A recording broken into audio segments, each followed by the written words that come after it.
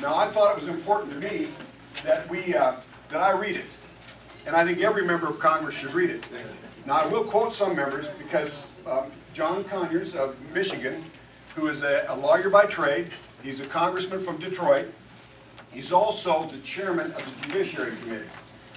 He quoted, said it wouldn't do me any good to read this bill because it would take 2 staffers and 2 lawyers to explain it to me. Well, I thought, even though I don't completely understand it and won't claim that I do, I still think it's important that I look at all the parts of the bill and read through it.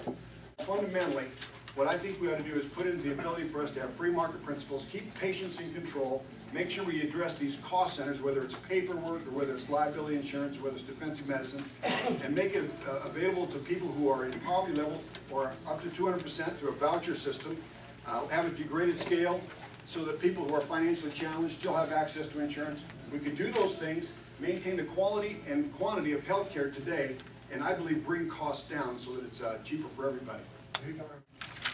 What I'm worried about is big bureaucracy and the bureaucracy just growing so huge and it's consuming everything. And how are we going to pay for this? Because this big bureaucracy right here is going to cost $1.5 trillion and everything. And if we keep this up, all the spending we're doing, we're going to end up like Zimbabwe. I mean, hyperinflation.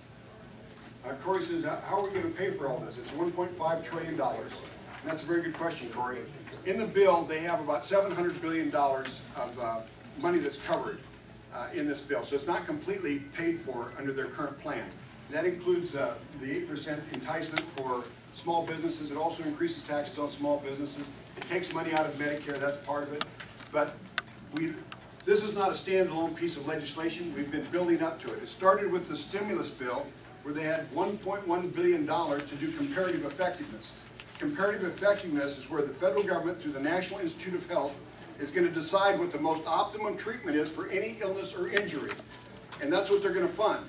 They're already doing this to some degree through Medicare. But then how would the new system differ from that? Well, I don't know that there would be a significant difference. It would be different in the way it's administered because we're creating a whole new set of bureaucracy to administer, but the concept would be the same.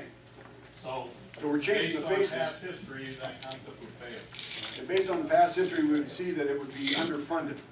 And eventually that's going to lead to some shortfalls, which I'm concerned will end up being like a system that we see in the United Kingdom or in Canada.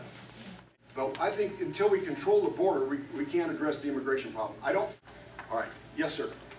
This national health plan, if it's approved, or any national health plan, as I understand it, it'll cover everybody. My question is, will it also cover the senators and representatives? That's a very good question. Does it cover the senators and representatives? The answer is no. And here's what, and I agree with you. So in the Appropriations Committee, under the Labor, Health, and Human Services bill, which is the Health and Human Services is going to govern this bill, I had an amendment, the Tiahrt amendment, that said if you vote for this, you get it. Very simple amendment.